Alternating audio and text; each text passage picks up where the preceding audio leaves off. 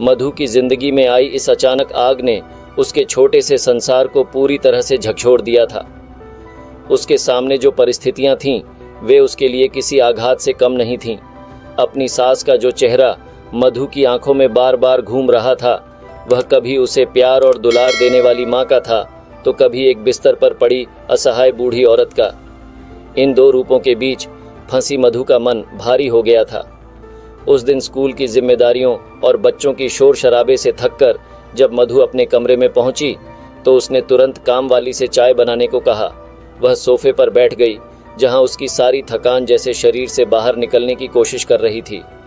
चाय का एक कप उसे तरोताज़ा करने के लिए काफ़ी होता था, लेकिन आज कुछ अलग था। मधु का मन किसी से बात करने का बिल्कुल नहीं था, इसीलिए ऊपर आते समय उसने मुख्य द्वार में ताला लगा दिया था, ताकि कोई उसे परेशान न करे। लेकिन जैसे ही उसने आंखें मूंदी और कुछ सुकून महसूस किया, टेलीफोन की घंटी ने उसकी शांति को भंग कर दिया। घंटी की आवाज़ से वह समझ गई थी कि यह कोई महत्वपूर्ण कॉल हो सकता है, शायद कोई ट्रंक कॉल। लेकिन आज उसका मन फ़ोन उठाने का नहीं था। उसने सोचा कि काम वाली से कहकर फ़ोन पर मना करवा दे कि घर पर कोई नहीं है, लेकिन तभी घंटी बंद हो गई। कुछ ही क्षणों बाद फ़ोन फिर से बजने लगा। मधु के अंदर एक खींच उठी। उसने मजबूरी में उठकर फ़ोन का रिसीवर उठाया। फ़ोन जबलपुर से उसकी ननद का था। उसकी आवाज़ में चिंता साफ झलक रही थी। भाभी, तुम जल्दी आ जाओ, माँ बहुत याद कर रही हैं, उसकी ननद ने कहा। मधु का दिल धड़कने लगा। उसने हड़बड़ा कर पूछा, माँ जी को क्या हुआ? लगता है कि उनका अंतिम समय आ गया है, उसकी ननद ने जल्दी से कहा। वह तुम्हें आखिरी बार देखना चाहती है।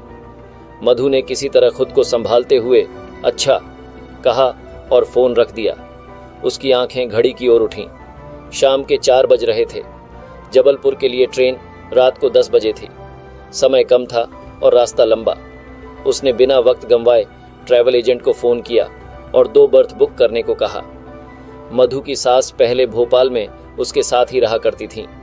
मधु के पति रघु 3 भाइयों में दूसरे नंबर पर थे। बड़े बेटे की नौकरी में लगातार तबादले होते रहते थे और तीसरा बेटा बंटी अभी बहुत छोटा था। रघु की भोपाल में BHIL में स्थायी नौकरी थी, इसलिए उनकी मां ने अपने सबसे छोटे बेटे को लेकर रघु के साथ ही रहने का फैसला किया था। भोपाल का जीवन पहले सुखमय था, लेकिन यह खुशी ज्यादा दिनों तक नहीं टिक पाई। 3 साल बाद ही एक दर्दनाक सड़क दुर्घटना ने रघु को उनसे छीन लिया।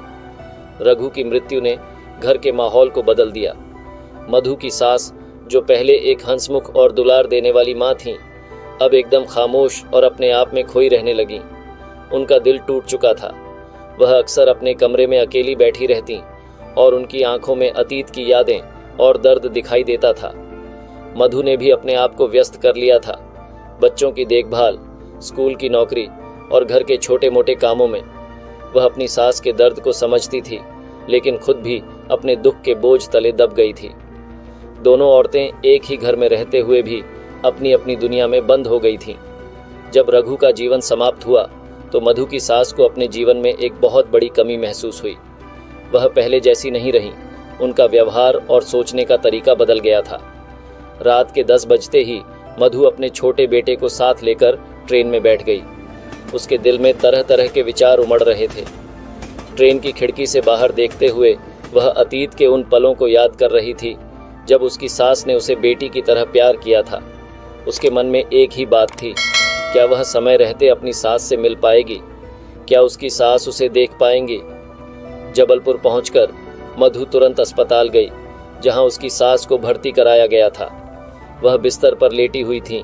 उनके चेहरे पर दर्द और असहायता साफ दिख रही थी। उनका शरीर कमजोर हो चुका था, लेकिन जैसे ही उन्होंने मधु को देखा, उनकी आंखों में हल्की सी चमक आई। मधु का दिल टूट गया। उसने अपनी सास का हाथ पकड़ लिया और उसकी आंखों से आंसू बहने लगे। उसकी सास ने धीरे से अपनी धुंधली आंखों से उसे देखा और कमजोर आवाज में कहा, मधु, तुमने हमेशा मेरा ख्याल रखा, भगवान तुम्हें खुश रखे। यह सुनकर मधु के आंसू और तेज हो गए। उसकी सास ने धीरे धीरे अपनी आखिरी सांस ली और इस दुनिया को छोड़ दिया। मधु वहीं बैठी रही, अपनी सास का हाथ पकड़े हुए, और उसके अंदर एक अजीब सा सन्नाटा भर गया। उसकी सास चली गई थी, लेकिन मधु के दिल में उनके साथ बिताए हुए हर पल की यादें हमेशा के लिए बस गईं। उसने अपनी सास की यादों को सहेज कर रखने का संकल्प लिया। वह जानती थी कि इन यादों के साथ ही वह अपनी जिंदगी में आगे बढ़ेगी और यही यादें उसकी ताकत बनेंगी। अगर आपको यह कहानी अच्छी लगी हो तो इसे लाइक करें और दूसरों के साथ शेयर करें।